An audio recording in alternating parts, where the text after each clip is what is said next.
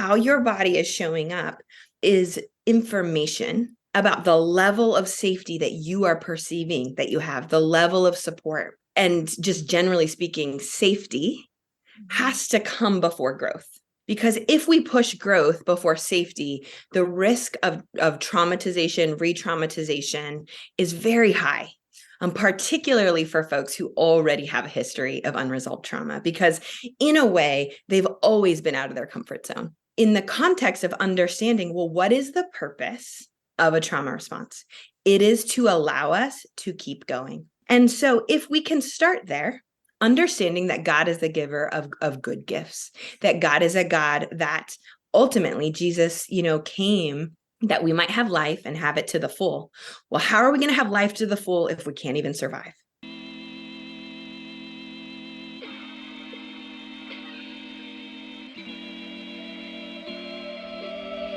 Hey friends, welcome back to the podcast with me, Jonathan Puddle, and my co-host, Trifina Perumela-Gagnon. We are excited to bring you episode 136.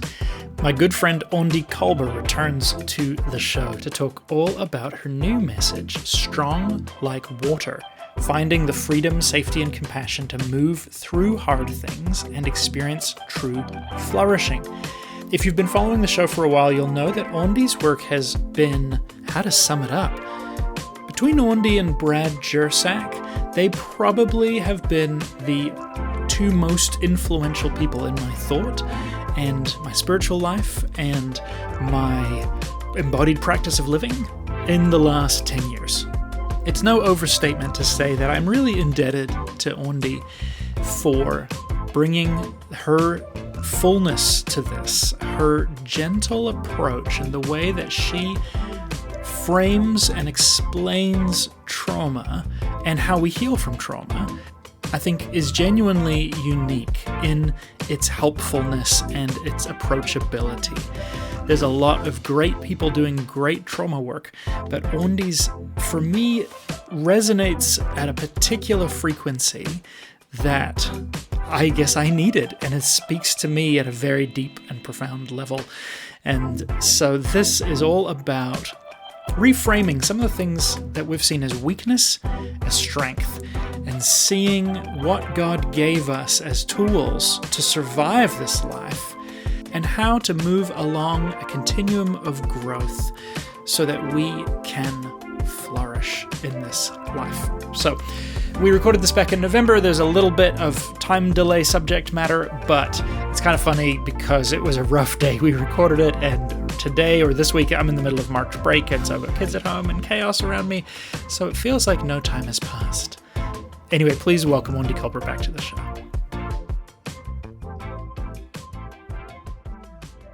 Okay, so we are both kind of in a mood, and words like rage and exhaustion come to mind. And so I thought we should just get right into it and just be super honest. Yeah. Well, thank you for sharing that. I honor that. It's a Wednesday. It's a very Wednesday in our house. We've got one sick child. We've had lots of this in our house. So I'm with you. Aundi, thank you so much for being yourself, and like being yourself in public, I feel like is this weird thing that some of us are navigating. And I feel like you're doing that with such integrity, having finally got to spend some time in the presence of you and your wonderful family. And now I feel like reading Strong Like Water, there's something, a first book kind of carves out a space. It's like the second album that comes out for a band. There's this whole thing of like, oh, are we going to play in the lane that we have carved out, or are we going to go and do something different? And I feel like it's almost more revealing of who someone is and the choices they make around a second outing. And I just feel like the gift of your life to all of us, and I want to honor that before I may say anything about how much I'm frustrated by some of the messages of this book. Oh, well, I'm excited for this conversation, but thank you for just honoring that. And yeah, I've done my best to bring who I am and the overflow of my life, of rather than it be a striving for something that doesn't feel, that's just abstract, that's just not tangible. I do my best in my work to, not only pull from research and things like that, but also my experience with clients and really also my own lived experience. And that feels really important to that integrity piece that I really, in many ways, unfortunately, have had to live this message, which is both, it's, Glennon Doyle's term is brutal, beautiful and brutal. And that's a little bit what I would say a lot of this journey has been like. Yes. Well, that makes sense. That resonates. So this book is delightful, and I'm like so intrigued about a number of things. Let's just say that this feels like really integrous to your message for a while. Kind of this idea that all the things going on in us can be called strength. Right? All the terms we might use, maladaptive, coping, which have some validity, but that also we can use strength as a framework for looking at everything that's happening. And I sort of as I've been getting into the flow of your writing in this book, being okay, right. Aundi has actually been saying this for a couple of years, hasn't she? I think. What's the birth of this, and where's kind of the progression from Try Softer to almost an inversion of terms, right? Try softer, stop white knuckling, but also everything is strength. Yeah. Well, gosh, so much to say here. And you're right. This has been in my message for a long time. And in many ways, it was actually even the message in Try Softer. And what I would say, a lot of times as I've talked about Try Softer, I've shared it from the lens of I've been writing this book my whole life. And I think similarly, Strong Like Water is a book I've been writing my whole life in a way. I mean, I wasn't ready to write it, right? 4 years ago, 5 years ago, I needed to write Try Softer first, partly because my experience is that I needed, and not just, I would say it is largely rooted in part of my own experience, but also with clients. And just generally speaking, safety has to come before growth. Because if we push growth before safety, the risk of traumatization, re-traumatization is very high, particularly for folks who already have a history of unresolved trauma, because in a way, they've always been out of their comfort zone. It's not ooh, take yourself out of your comfort zone. It's when are the few times you have been in your comfort zone, right? That's the inverse. So I think for me, Try Softer was the message because I am a person who spent most of my life out of or on the very edge of my comfort zone. It wasn't oh, wow, things have been so easy. It's, oh, wow, almost many things have been hard. Most things have been very hard. Most things have pushed you in ways that were not always good for you. And so the message of Strong Like Water for me has been this birthing. For me, one of the things I've said is that it's almost of course, Strong Like Water came out of Try Softer. Because when we are that gentle, when we are that tender, when we attend, what happens is that we birth a different kind of strength. I mean, that is just what happens. And so for me, this is just my description.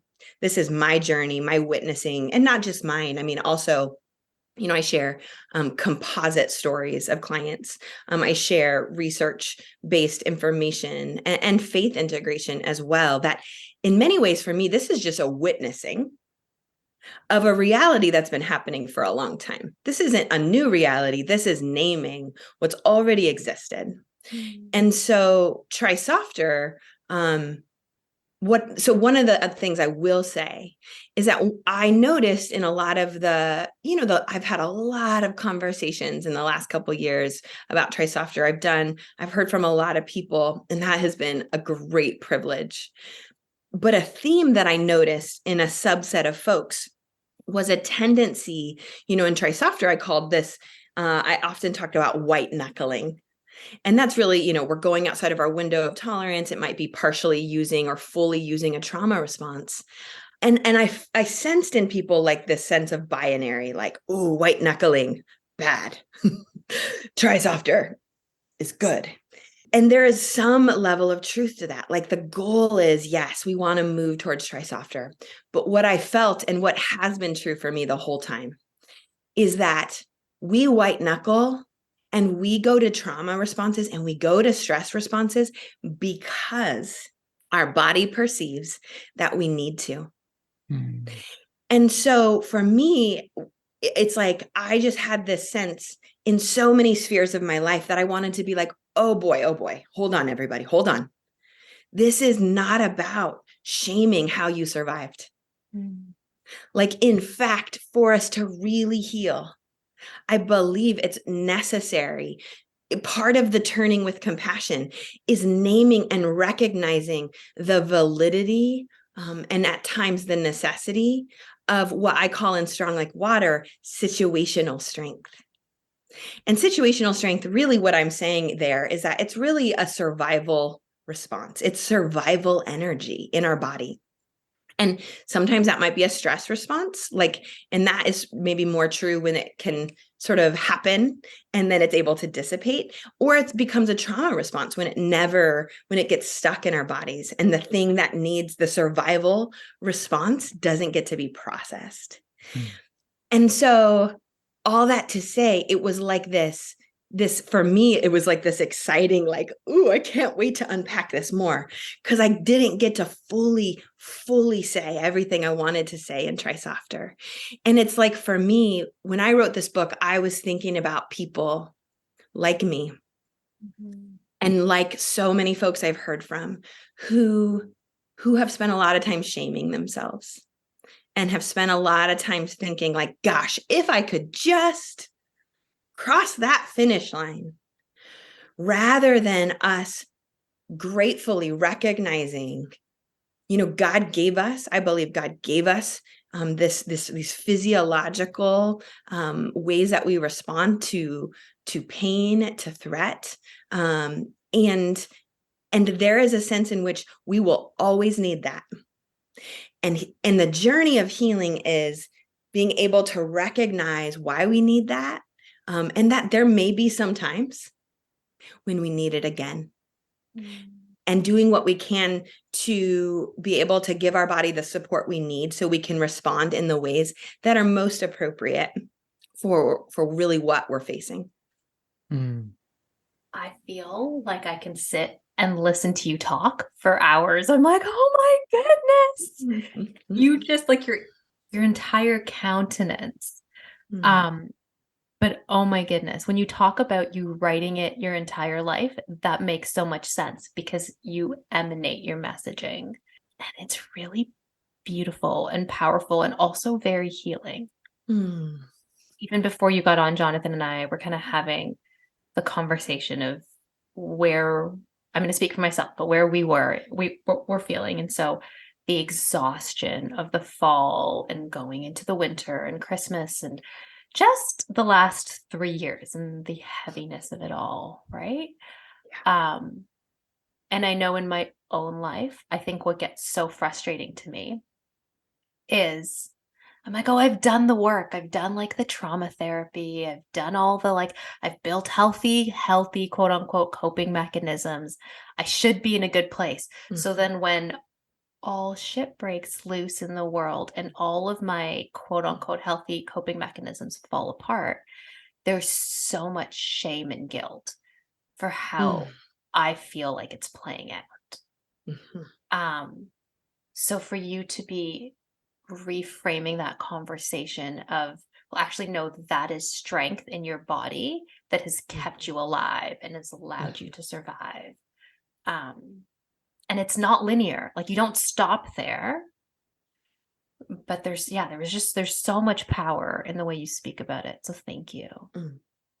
Thank you so much. Yeah, it really, I love talking about this, which is good because when you write a book, I mean, even the hours I've spent already, and I'm still fairly early in my launching, it's a lot. I spend a lot of time on this subject, and I'm glad to, because I just find so many of us, even folks exactly like you say, who've been doing their work, who it's not like they're new to therapy. They're not new to the concept of internal work, things like that. And yet it's so easy to get really binary. Like, oh gosh, when I cross the finish line, then I won't have shame anymore about the ways that my body adapts.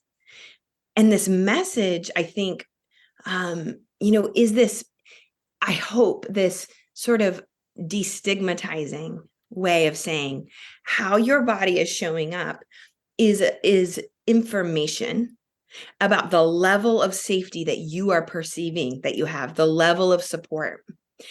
And as we learn in the book, I use the term compassionate resourcing. And compassionate resourcing, Dr. Ariel Schwartz talks about resourcing as anything that communicates safety to our body in the present moment. And I really love her definition, because with that compassionate resourcing, as we sometimes through our communities, sometimes through our families, and then sometimes through our faith, but also sometimes in our own inner experience, as we sort of harness these resources, what we're literally doing is we are changing the felt experience of safety in our body. As that happens, our body is wired to actually have that sort of upward spiral of, oh, like I feel seen by that person. Oh, maybe I can go on a walk. And you know what? Maybe I'll try to do, that one like meditation that is usually helpful. I will try to do that. Like there's this sense in which, as we gain the safety and support we need, our body and our brain is wired to look for more resources. And so this is the work of Strong Like Water, right? Is that there is a flow. There is an inherent flow to how we are created. And it's less of a like, ooh, when you're in situational strength, you're really failing. And, when you're in integrated strength, wow, look how great you are. It's not that. It's saying, oh, wow, you are really resourced and able to come from that grounded, solid place, perhaps when you're in that integrated strength. And if you're in situational strength, oh, wow, you are really under-resourced, and your body is perceiving that you need a lot more safety and support to be able to navigate what you're facing. Yes. Can you walk us through the kind of the framework of the flow of strength? As someone who's quite visual and systematic, I really, really appreciated it. It clicked for me in a big way. I wonder if you can just kind of walk the listener through the different kinds of strength. Sure. Yeah, absolutely. Yeah. So I've already named that situational strength, which is really on the flow of strength. It's really survival energy. And so in the book, I even give lots of examples of the way the survival energy may appear. So like most people might be aware of things like fight or flight or fawning, which kind of can look a little bit like people pleasing. You might be aware of things like freezing or dissociation. I take that a little bit further to say, if you are fully in survival energy, it can be that really what we're talking about is that your body is like, whatever I got to do to navigate this situation, I will do. So it's like, that's where things like hypervigilance, things like intense tenacity, things like, even I talk about really, really significant sarcasm. And I want to delineate that from humor, because I think humor is important, but things like that might keep us protected in a way, in a moment where we really don't feel safe. So that survival energy, I think the big takeaway is that if you, for some reason, feel like a situation is life or death, especially when it's not, there is a good chance that you are accessing survival energy. Now, on that flow of strength, and again, it's sort of, I sort of conceptualize it as being very fluid, that as we have that compassionate resourcing available to us, we will move towards, in the middle, what I call transitional strength. And transitional strength, I conceptualize as a sense of, for folks who are aware of like the window of tolerance, for example, this is where I would say we are beginning to get back into that window where we maybe have a foot in a place of like, I can handle a little bit of this. Dan Siegel uses the language of being able to think about thinking. So what this might look like is an ability to kind of be like, well, I am aware that when I am around that person, my heart is really starting to race and I feel a sense of urgency. Like that would be an example of like, oh, I'm beginning to access more of that transitional strength. So it's not that the situational strength is fully dissipated, but I also have a little bit of space and I'm not necessarily just living from that situational strength. Again, as we continue to resource, and part of that might even be, some of those resources might be feeling our feelings, self-compassion. There's lots of things. As those continue to move, we will work towards that integrated strength. And I conceptualize that as sort of this solidified sense of like, I can be fully present. There is a shalomness. There is a sense of wholeness available. There is an awareness that I sort of have what I need, that I am, that there is maybe a sense of completeness to, maybe I had a big emotion. I became aware of the big emotion. I moved through the big emotion, and now the emotion has moved through. Mm. And so ideally in this work, I imagine it like it's almost like a cycle that it may move. You may do this a couple times a day, multiple times a day. But for folks who have more unresolved trauma, they may spend a little more time in situational and transitional strength, having less access right now to that integrated strength. And my hope is that this framework gives folks sort of different entryways in on how we move along in the way that serves us and serves the life that we have, towards more accessibility of integrated strength. So I feel like 2019 was a year of integrated strength for me. I'd been doing a lot of work and had had the luxury of a space carved out for that. Out of that came You Are Enough. And then 2020, 2021, 2022, pandemic, and then we became foster parents to a girl with some really, really severe, complex trauma. And I feel like whiplash in myself and in how I show up in the world. I'm reading your descriptions of these things and I'm like, oh, I have distant memories of this, of integrated strength. And I feel like I'm like whipping back and forth, kind of like the circumstances of my life. Like, I think I've developed enough of the resources and abilities and whatever words we want to use, remove a few of the stressors in my life, and I can stay in a place of awareness, of capacity. I have that shalomness. I can feel. It's kind of like, okay, like a level 5 hard thing, I have strength for that. A level 6 hard thing, I'm getting a little more transitional. I feel like I've been partly had thrown upon me and partly I chose like level 10 hard things for like the last 3 years. And this sense of shame is really hard. half the time that I sit down with my therapist, he's just reminding me, Jonathan, you're doing really hard things.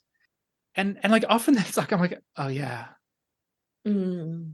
So I don't have a question. I'm thankful for this. This gives me helpful language. But I guess maybe there is a question like for people who with a shame is strong, where they don't have maybe people telling them, hey, you're doing hard things. Like, remember, you're doing hard things. Or just like who are even stuck in that sense of like, this is my fault. Because I wrestle with that. Like, I'm just like, Jonathan, why can't you handle this? You have spent so much money and energy and time skilling up. I feel incompetent at dealing with hard things a lot of the time. And there's a sense of confusion and shame that comes with that. Yeah, I mean, I just want to first normalize. I mean, not only I know you've shared some of your personal experiences, but also on a collective level, what has been happening in our world. I mean, I think we need to be mindful not to forget context. Context matters, right?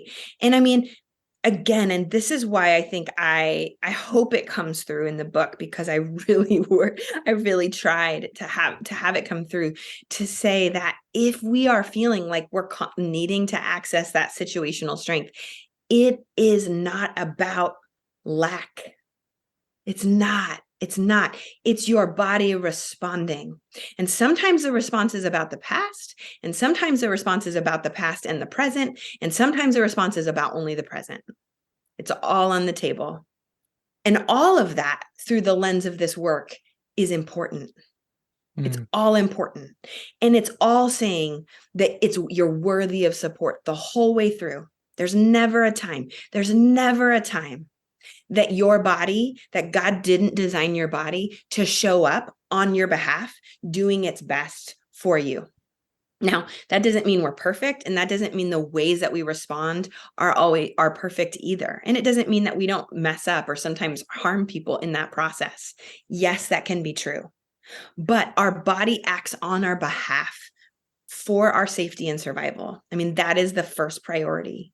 And so I just would say, for folks who are feeling like, oh man, when do I ever experience that integrated strength? I want to almost pull back and say, I want to like take it out of the big categories of like, man, I really spent a month in integrated strength. And I'll just share personally, like, I'm like, oh, an hour ago I was in integrated strength. Oh, just touched on some situational strength, back into transitional, and I'm back into integrated, right? Because as a complex trauma survivor, I have many, many invitations into situational strength. Many. The work for me is to turn with compassion, right? That's try softer language, but it's also strong like water language. And this is the connection of this work, is that compassion makes us the most strong. Compassion, ultimately, I know even myself, I've at times talked about, like, I get tired of the word resilience because I've found it to be weaponized. And yet, in its truest form, in the best possible form, things like compassion and self-compassion do birth the truest resilience. A resilience that's not, God willing, a weaponized resilience, because it allows for the honoring of the pain and honoring of the need in the midst of the pain. And to me, that's the difference, right? When something is weaponized, it's like, oh, hey, could you just put on a smiley face because it's making me uncomfortable? So I need you to get strong again. Versus, holy moly, you should have never, ever had to be so strong. And let's just honor that for as long as we need. And as you're ready, let's make sure you have what you need so we can keep going. And that's the difference. That's great. I love that. And I love the language of compassion. Can I ask, so then you've talked about in your own journey of being a complex trauma survivor, what has that looked like to offer yourself compassion, even in the last 3 years where you're going from past traumas to present trauma and back again, or however that plays out, right? Yeah. I mean, so I have also done a lot a lot of my own work. I've been a therapist for almost 15 years, and I would say that really mirrors a lot of my own journey of recovery. And I think one of the myths that I try to dispel in the work that I do is that, well, first of all, for complex trauma survivors, it's complex. And especially, and not to say other trauma is not, but it can be more clear. Like if you've been in a car accident and you go to trauma therapy for that, you're going to really kind of work to target that. But if you're like, for example, in complex trauma from childhood, there could be thousands of experiences that have created templates in your body that you actually carry around with you. Now, for me, my journey has been, I talk about things like reparenting. In Try Softer, I talk about this language of compassionate attention, which is really, I think of it if you put that into the Strong Like Water framework, a lot of that's in the transitional strength place. It's a lot of living from a turning towards pain that still exists with compassion. And from a neurobiology standpoint, that allows us to connect and sort of work with the pain. And our bodies are designed as we're able and as we perceive that we have safety to metabolize that pain. And we can create new templates about how we exist in the world. And so for me, it's all of that. It's all of that work.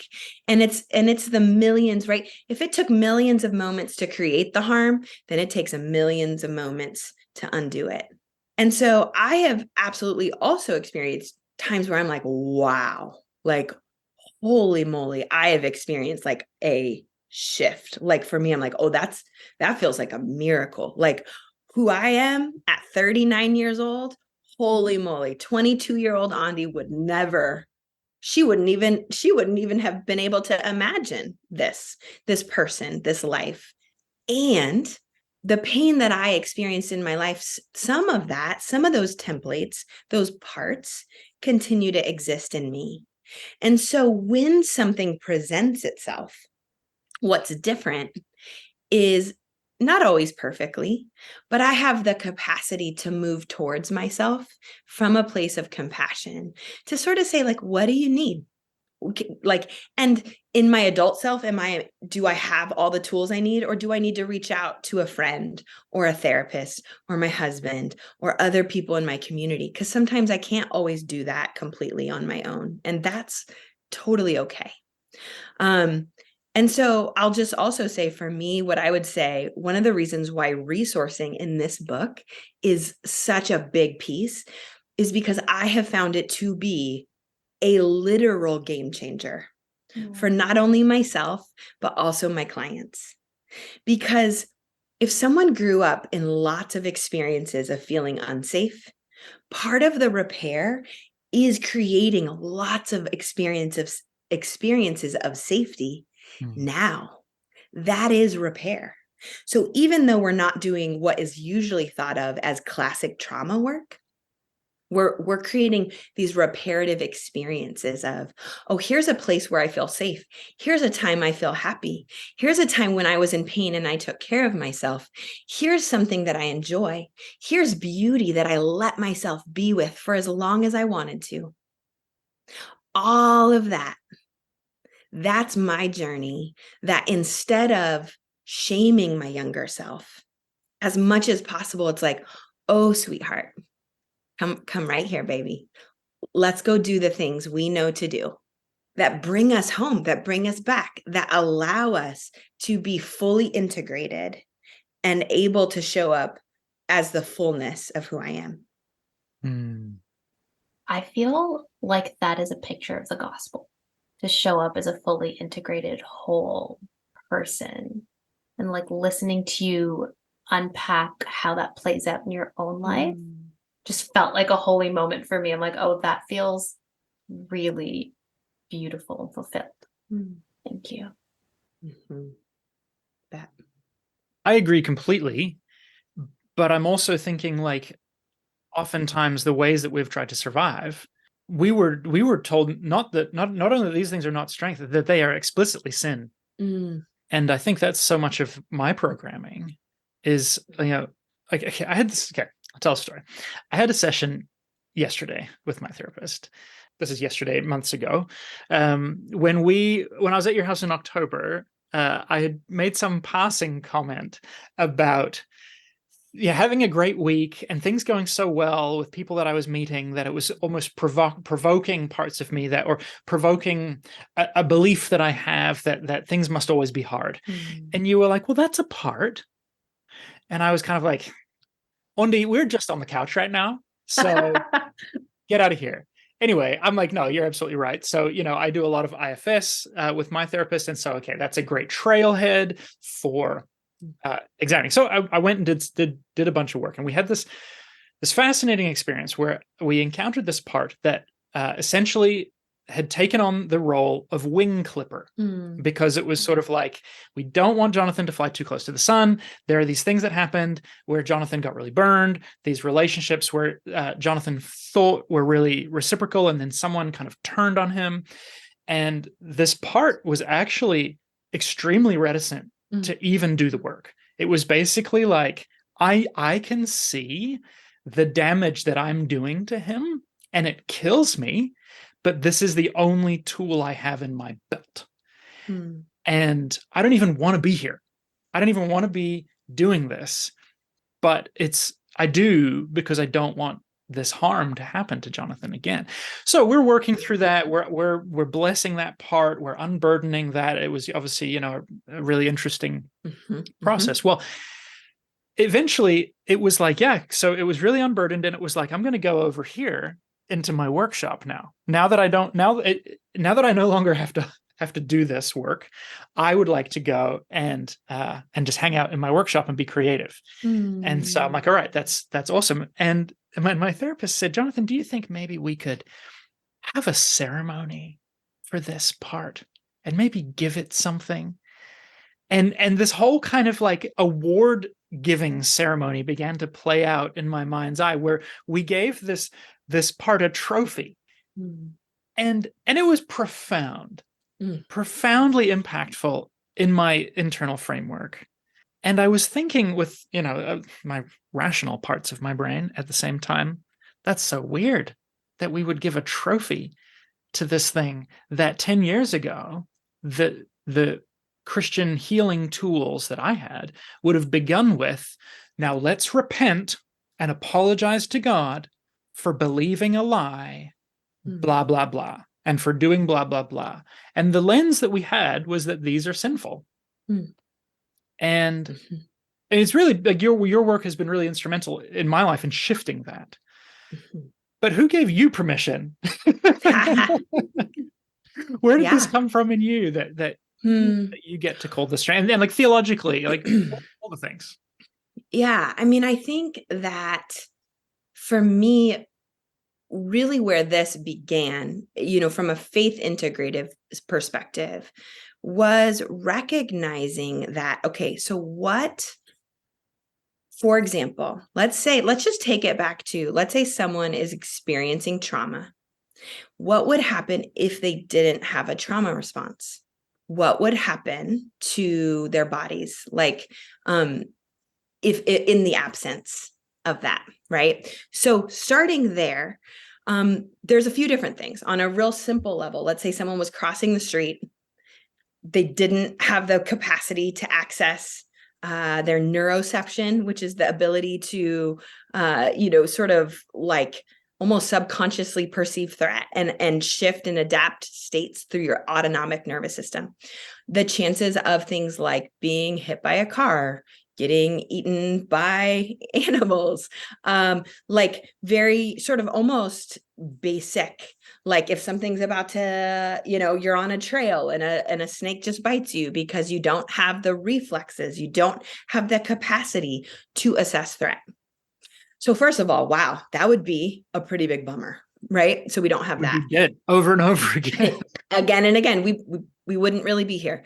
Another example is like, let's take a kiddo who has, is being physically or psychologically abused, and let's say they didn't have the capacity to go in, for example, into like a dissociation, the ramifications of that are really significant. Like that could potentially cause that person to essentially no longer function. So, and could lead to, again, probably earlier deaths, earlier, like just in a very basic way, like that's maybe what that would lead to. And so I share that because, in my opinion, I think through the lens of, in James, when it talks about every good and perfect gift is from above, right? And to me, in the context of understanding, well, what is the purpose of a trauma response? It is to allow us to keep going. That's the purpose, right? And so if we can start there, understanding that God is the giver of good gifts, that God is a God that ultimately Jesus, came that we might have life and have it to the full. Well, how are we going to have life to the full if we can't even survive? Right? So we have to at least begin there. And I would say from there, then we have to be able to bring in, and of course, this requires some integration, but we have to be able to bring in some understanding of neurobiology. Well, what happens to trauma when it is not processed through our bodies? Well, it gets stuck. Our lower brain is where we are living from if we have trauma. So there's sort of a building approach to understanding from a real basic level, what is even that purpose? So I think that probably most people would agree that it's not sin to not die if you're about to get hit from a car, right? So if we can honor the purpose of those things and then how they get skewed when they are not allowed and able to move through our bodies in the ways that they need to, things can go sideways. And so I do think that, can we sin when we are in situational strength? Sure. Absolutely. Is it inherently sinful to be in situational strength? No, I don't think so. I believe it's a gift from God, right? So I think we have to be able to hold both and. We have to be able to say, certainly we can cause harm. We certainly can. If we've caused harm, do we need to repent? Yes, we do. But that is a secondary issue to the main thing, which is that this is a part of what is designed in our body from a God who knows what we need. And so I think that would be, and to your question of, I know you're saying it in jest, like who gave me the authority? Well, I think for me, 15 years of lived experience, a licensed professional counselor, went to seminary, and just a lot of research and lived experience with clients. So I feel pretty equipped to talk about this. Yeah. Amen. So good. And you see that like in your work. I was talking to a girlfriend this morning who's a psychotherapist, and I was sharing a paragraph of part of George's story that you had written. And she was talking about how in so much of her research, she doesn't often see like polyvagal theory mixed with disassociation, mixed with like talking about your parts. And so just to actually, and then you put your theology on that, and because you have actually lived all of this out in your own body and then gone to seminary, you've been able to pull from so many different resources. And I think it's why it's more of a robust, holistic thought process that actually is able to create change. It's not like, okay, we're going to just do this one thing. We're going to point out one bad thing and we're going to fix that. But really, we can actually turn, I don't know, I keep going back to compassion. You get to actually come back to yourself with compassion. Yeah. No, I think I appreciate that. And I think that, part of why I am so passionate about this is that a lot of what I write about is actually, this is how I do therapy. And I found for me, particularly when I was writing Try Softer, but I found the same thing with Strong Like Water, is that I have needed with my clients to have a very eclectic and flexible toolkit. And I personally, in my own journey of healing, have needed to have an eclectic and flexible toolkit because, again, the more complex that trauma, the more flexible we need to be with the ability to meet the many varying needs that come up. And, one other, to bridge that question again with what Jonathan said, I think part of the reason why I keep faith as being a central part is attachment and secure attachment is such a vital resource in healing. And to me, that is so central to who Jesus is and was, to the experience of God with us. I mean, that is not only a theological reality, that is an attachment statement. Yeah. That is, I am coming to be with you, right? Like when a kiddo is hurting, if I was like 5 miles away and I was like, hey, I love you, but I'll be over here, right? How would that affect that kiddo? Well, they might somehow get that message, but the parent that comes and is with their kiddo as they move through hard, sign me up for that every single time when we talk about healing. And so for me, one of the things that keeps me super connected to the faith tradition of Christianity and Jesus is the withness, is the attachment reality of God with us.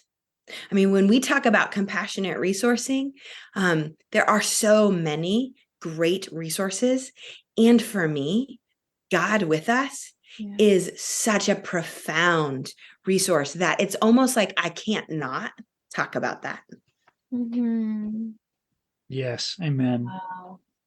There's something so profound about that, because I think so much of what the Christian faith messaging has been in the past has been about our inherent sinful nature or our inherent evilness. So anything that you think, you do, you feel is inherently wrong. So even when you're talking about, oh my goodness, what was the first strength? I know it's not linear, but situational. Situational. Yep. Thank you. This is where I'm at today.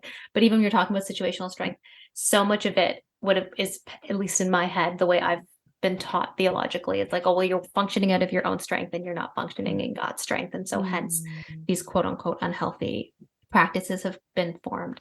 So when you talk about attachment, and I think back to so much of that inherent sinful nature, that messaging, like that creates so much broken attachment from such a young age, right? And the trauma that just gets played out because of that. So when you, it's been a very long time since I've been in a conversation where I'm so profoundly impacted that I'm like, oh, I don't even know what words are coming out of my mouth right now. So that's where I'm at.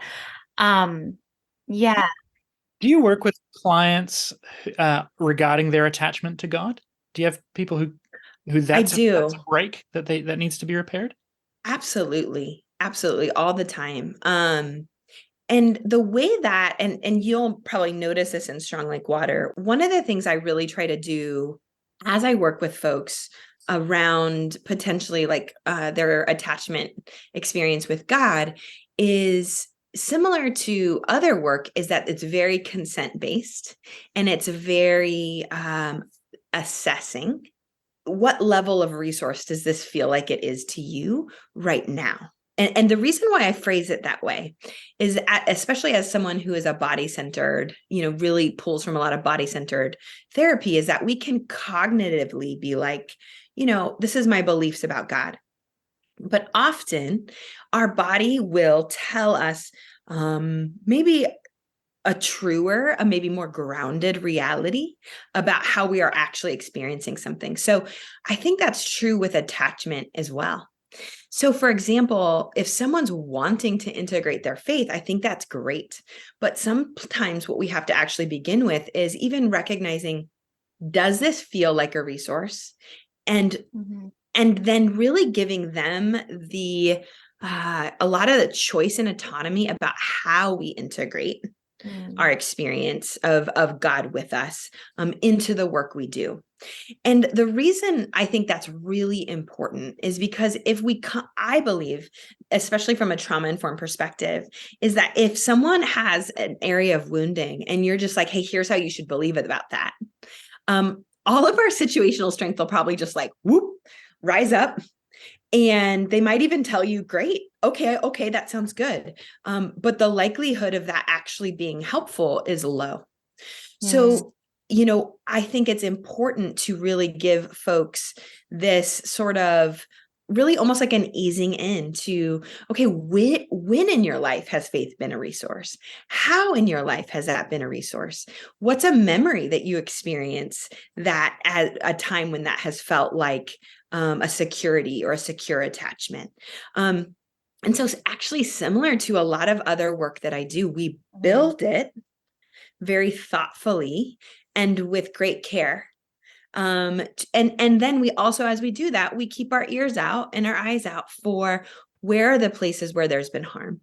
And and this is where, as a therapist, I have to be really mindful, because I have to be careful not to, ethically, I cannot project my beliefs on my clients. That's an ethical consideration. So I have to always be in a collaborative stance with folks about what feels helpful to them. How is that helpful? How can I help you utilize the resources that already exist so that they can continue to be helpful to you? I love that language of autonomy and agency. Like, it's a very, like, you're co-creating together. Like, your healing is not a passive journey, right? So your client gets to be as invested in their healing and make choices as do you. I was in a therapy session a couple months ago, and we were doing some inner child work. And so I was sitting with like little Trifina, and my counselor was like, well, do you want to invite Jesus into this picture? And I was like, no, I don't need a white man to help me. And I'm like, oh my goodness. Because logical Trifina was like, okay, that's not Jesus. That is not God. But little Trifina was having a whole like emotional meltdown over this. And I really appreciated her giving me the agency about whether Jesus was helpful in that moment. And not just being like, well, no, well, you're supposed to invite Jesus into this moment. So yeah, I love like the agency over that. Yeah. And I think what I would just add, that for me, so I think there's a distinction too, where it's like, it's really important for me not to impose my beliefs on folks, and who I am. I bring who I am, whether I explicitly name my faith or not, because there are definitely I work with lots of non-Christians who faith is not a consideration, but who I am is who I am. And part of my work is that I believe that God is the author of healing. And that, for example, when we're in situational strength, it's not that God's not with us. It's that maybe we can't see that God's with us. Yeah. So that doesn't change God's posture. That doesn't change God's kindness. God doesn't change. We just maybe can't see it. And I believe God has profound compassion towards that, because when we are in our survival brain, we literally cannot see it. And so I think there's all these little considerations where, because I think someone might hear that and be like, oh man, you're not inviting Jesus in, right? And it's like, I want to honor that. I want to honor that has been a sort of a messaging. And what I would just say is, I talk about this in Strong Like Water, that I really try to give folks the permission, even in the practices, to say, if it feels like a resource to you, that's a language I use a lot. You can, for example, invite Jesus, or you can integrate faith in this space in the way that feels good to you. But the choice there, like, is acknowledging, some people really want to bring Jesus. And right now, that doesn't feel safe to their body. And that could actually be harmful to them. And because God is an author of healing, that just simply doesn't make sense. Yeah. Right? That if it's going to cause harm, I think that there has to be a recognition of the pacing and the honoring of the person themselves and what they need.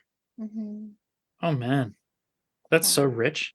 Yeah. Like my brain is already going to Job and thinking about, like, why does God take so long in the narrative to turn up? And could it be that the God that Job knew would not have been a helpful resource?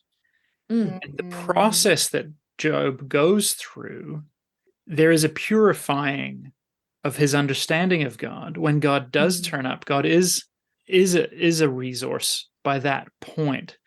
That could be studied or refuted either way. That's where my brain went in terms of, Yeah. because it seems like God submits to us. That's been my experience. Like, if this isn't healing, like I've certainly experienced divine love that isn't personified in a human being, That's right.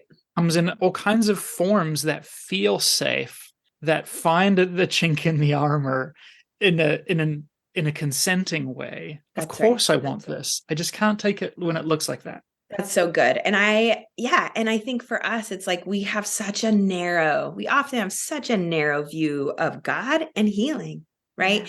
And it's like, can God not minister to you through the sunset? Yeah. Can God not minister to you and us through care of others? Can God not minister to us in so many ways? Really, resourcing to me is the goodness of God.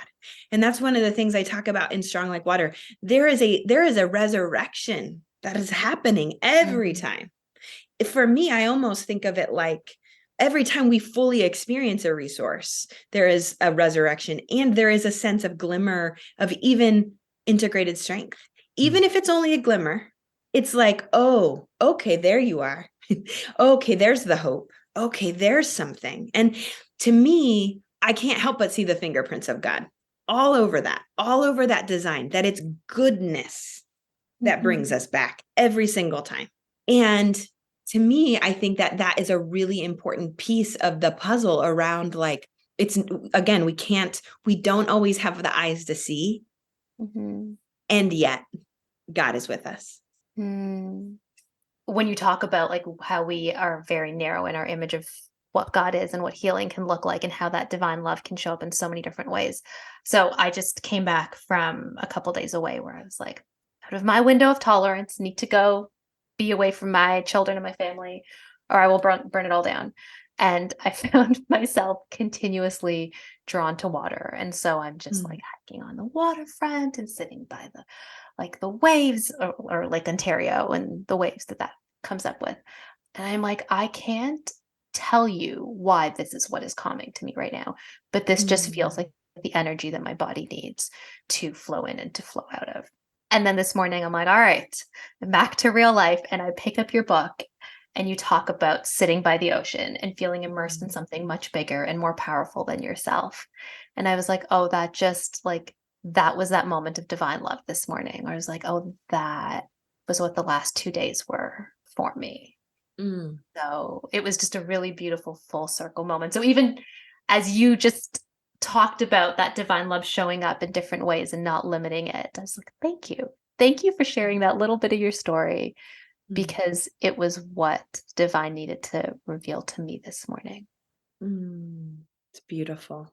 Can I ask you to pray for us? Yes, absolutely. Yes. Okay. God, we thank you that you are here with us, the God who comes near. And for every person who is listening to this at the pace and in the way that they are able, may they have the eyes to see the way that you are with us and the ways that they are loved. Thanks for this conversation. And I just pray that folks would be met in the ways that they need. Thanks for the ways that you love us in all the many, many creative ways. In Jesus' name, amen.